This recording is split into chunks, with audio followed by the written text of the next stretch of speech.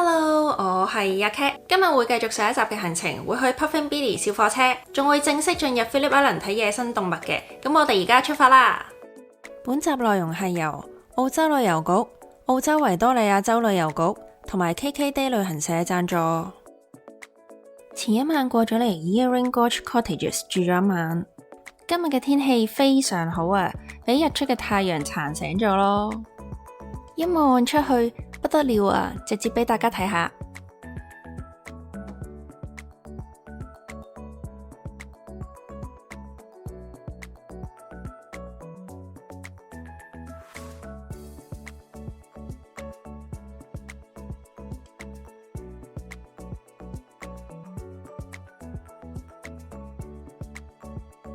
湖上面仲有霧氣咯，好似仙境咁靚啊！呢一個 accommodation 嘅環境呢，真係超級正啊！佢係一間一間木屋仔咁樣嘅，係內外都咁靚咯。除咗風景之外，呢度仲有好多小動物噶，例如話鸚鵡，佢哋一見到人呢就會走過嚟，行嚟行去，可能係要搵嘢食啊。而且有啲鸚鵡好似識得望鏡頭，好聰明咯。另外一種喺度好多嘅動物就係袋鼠啦，通山走啊！呢度啲袋鼠呢，唔係啲特別細嘅品種，有啲都幾大隻嘅，所以安全起見，唔建議行咁埋咯。體型比較細嗰啲呢，會怕人嘅，一見到人就跳走噶啦。有啲體型比較壯嘅，真係見到佢哋成身肌肉噶喎，好似呢幾隻咁就唔好去搞人哋啦，真係未必打得過佢哋嘅。呢度住嘅係一間間嘅木屋，私隱度都幾高嘅。露台有埋燒烤爐啊，即係淨係嚟睇風景同 BBQ 都唔錯噶。入邊都係好大啊，一入門口呢，就係一個開放式廚房。呢啲係酒店準備嘅早餐，有一包穀類早餐啦、咖啡同埋3款茶，仲有麵包同埋果醬，有好多種味揀啊。個穀類早餐呢，有埋食譜可以參考添。呢間屋真係好舒服啊，正啊！個浴缸仲有 SPA 添啊！佢呢度個接待處呢，喺個 clubhouse 嗰度，入去佢個遊戲室玩咗一陣咯，有乒乓波同埋桌球。我打桌球完全唔掂咯。而家出發去 Puffin Billy 啦。Puffin Billy 成條觀光火車線呢，其實好長嘅，最長可以由 Belgrave 坐到去 Jambrook。今次就唔坐咁遠啦，會由 Belgrave 坐到去 Lakeside， 單程大概需要1個鐘，會喺 Lakeside 站玩個零鐘之後再坐返火車返 Belgrave 嘅。喺 Belgrave 出發冇幾耐呢，就到咗最熱門嘅打卡位 Trestle Bridge 啦。下面好多人喺度影相啊！呢種咁古老嘅火車我都係第一次坐咋，雖然有啲搖嚟搖去啊，但係都係一個好唔錯嘅體驗。而且佢開得好慢嘅，可以好好咁樣睇下山間嘅風景。途中會停一個站就係 Menzies Creek， 呢個站都有一個博物館同埋咖啡，可以買嚟呢個站嘅飛嘅。但係如果好似我咁買咗去 Lakeside 嘅飛，就唔好喺度落車啦，架火車就係會停一陣嘅啫。火車會途經 Sherbrooke Forest， 入邊有一種樹叫做 Mountain Ash， 佢係桉樹嘅一種啦，亦都係世界上其中一種最高嘅開花植物嚟嘅。呢條鐵路其實同啲花草樹木超級近咯，而一段仲可以居高臨下咁樣睇風景添。到咗 Lakeside 站啦，車站旁邊有一個公園，仲有一個遊客中心。特別要去一下呢個遊客中心啊，因為入邊有一個地方呢係介紹 Puffin Billy 歷史嘅，就係喺遊客中心入邊嘅 Lakeside Hall。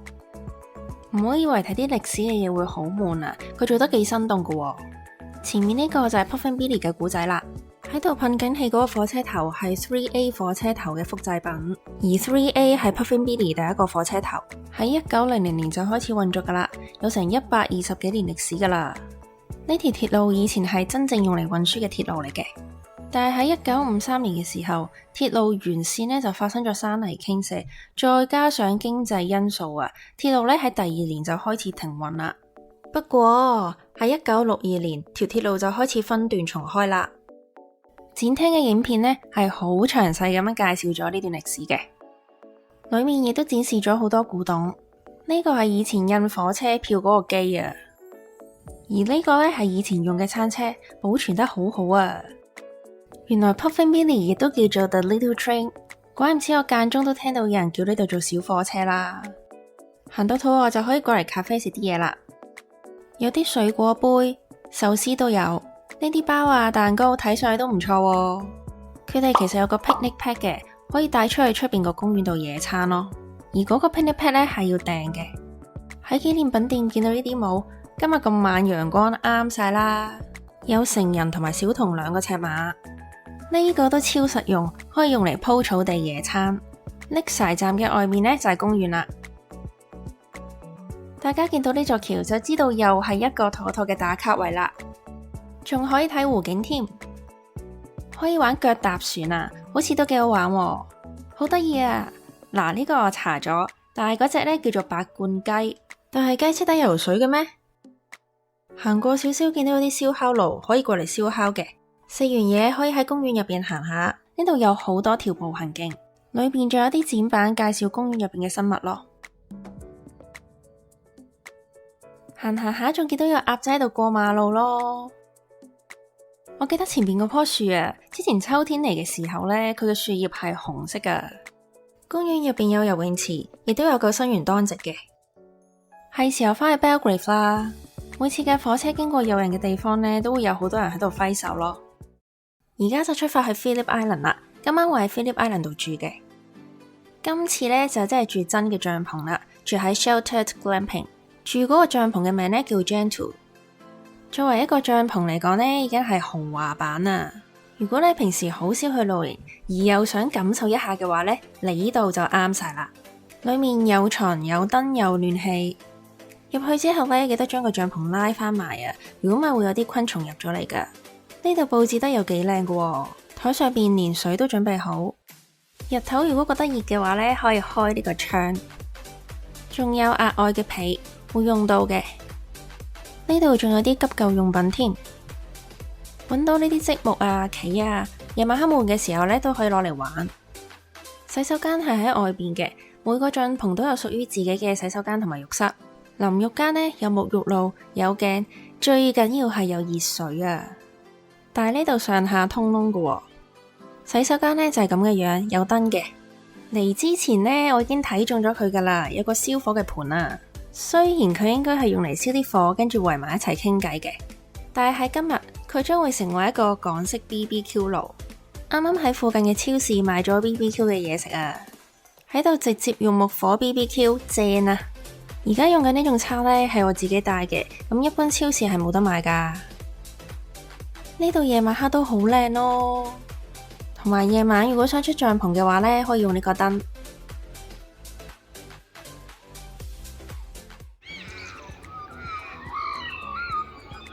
又係新嘅一日啦，又係5點幾就醒咗。呢度唔只有雀仔叫，仲有公雞喺度叫啊！我發現啲動物真係好早起身咯，連出邊啲馬都好早起身啊！今日嘅第一站係去 Chocolate Factory。大家可能聽到會覺得朱古力有咩好睇啊？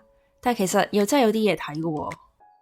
喺度可以除咗買朱古力之外呢，仲有一個 Chocolate Tour， 裏面介紹咗製造朱古力嘅過程，仲有嘢玩添。呢啲係可可豆，其實隔住個口罩咩都聞唔到咯。呢個係用嚟烘可可豆嘅。哇，原來可可本身有咁多油噶。呢度係將啲可可豆壓出嚟製造可可粉。製造朱古力真係唔簡單啊！每一個步驟呢，其實喺度都可以試玩嘅。呢個勁啊，係用朱古力砌嘅畫。仲有好多類似嘅朱古力模型同埋遊戲，過嚟玩下呢都幾得意嘅。呢度係贏朱古力嘅遊戲區，張飛上面有 credit 可以玩嘅。Yes， 中咗！玩唔到唔緊要，佢哋好良心嘅，裏邊嘅職員係唔會俾你空手而回咁慘咯。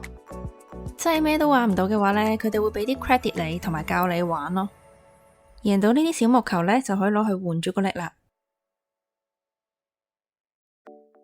呢度仲可以自己畫朱古力添。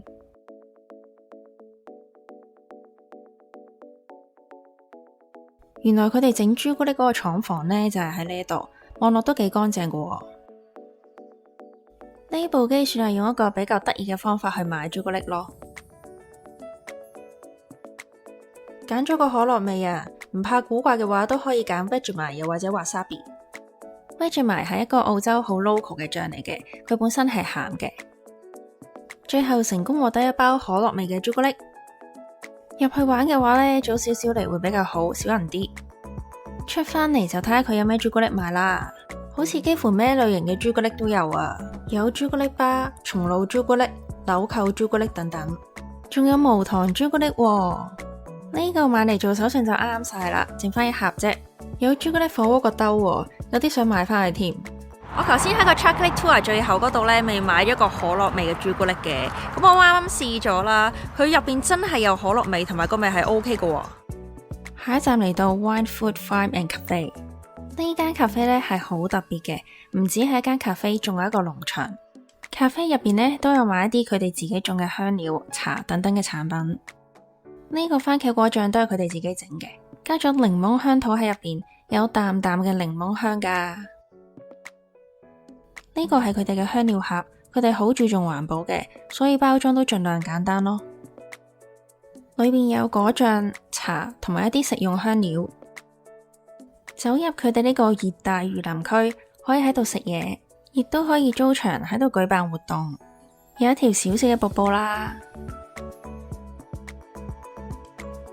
然後就嚟到佢哋個植物農場啦。好多佢哋賣嘅香料啊，菜單上面嘅蔬菜啊，都係佢哋自己種嘅。連嗰啲擺喺咖啡入邊嘅植物裝飾都可以喺度揾到。喺門口就有一啲可以食用嘅植物啦。呢啲係澳洲本土嘅品種，佢哋會用嚟做漢堡包入邊嘅菜咯。而呢個呢，喺島上邊係好常見嘅，做茶嘅話呢，有少少似茉莉花茶嘅味道咯。呢度種嘅植物呢，其實都有賣俾其他廚師同埋學校等等嘅。開始行行呢個步行徑啦，裏邊呢有一啲展板係介紹入邊嘅植物，細心睇嘅話呢，真係學到好多嘢噶。呢啲叫 Midgin Berries， 啱啱開始開花。呢種草零舍堅韌啊，可以用嚟織籃。呢個果實有人攞嚟做天然嘅顏料，但係亦都係可食用嘅。而呢種植物嘅果實呢，係可以攞嚟做糖漿，味道有啲似肉桂丁香咯。嚟呢度食嘢嘅朋友呢，真係可以睇下食物入邊有咩蔬菜香料。食完出嚟農場散下步，順便揾翻佢哋出嚟啊！呢一棵就係啱啱果醬用到嘅檸檬香土樹啦。呢個農場真係樣樣都係寶啊！今日只係行咗一部分啫，裏面仲有好多唔同嘅植物嘅。呢間農場咖啡呢，又可以玩一個下晝啦。參觀完咁環保嘅咖啡之後呢，而家去出海。今次唔係一般嘅體驗啊，係睇一大片礁石，一次過睇幾千隻野生海狗啊！呢個碼頭嘅水呢，清到可以睇到水底嘅礁石啊！唔講咁多啦，出發！架船其實係沿住個島向西南面行嘅，會睇到聽日要去嗰個小企鵝回巢嘅沙灘，同埋會睇到 The Nobis 南極展館。船程來回大概2個鐘。咁提提大家啦，咁如果大家平時有暈船嘅話呢，最好就係食定暈浪丸先啦。咁又或者呢，帶呢啲暈浪手握啦。咁其實我平時呢就唔會暈船嘅，不過呢就有備無患，就帶定先咯。終於到咗睇海狗嘅地方啦，叫做 Seal Rocks。呢度係澳洲最大嘅海狗棲息地啊！真係超級多海狗啊，好壯觀咯！睇唔睇到啊？嗰度有海狗喺度游水啊！喺度睇咗大概10零分鐘就返去啦。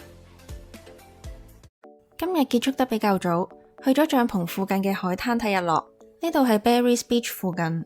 個日落勁靚咯，啱啱就喺度遇到住喺呢度嘅 local， 佢除咗介紹呢度嘅風景好靚之外，仲叫我千祈唔好喺呢個海灘游水啊，因為可能會有鯊魚啊。今日就講咗咁多先，下集會近距離咁樣去睇樹熊同埋去睇小企鵝嘅，唔想錯過嘅話呢，就記得 subscribe 我 channel 啦。中意呢條片嘅話呢，就俾個 like 我同埋 share 出去啦，拜拜。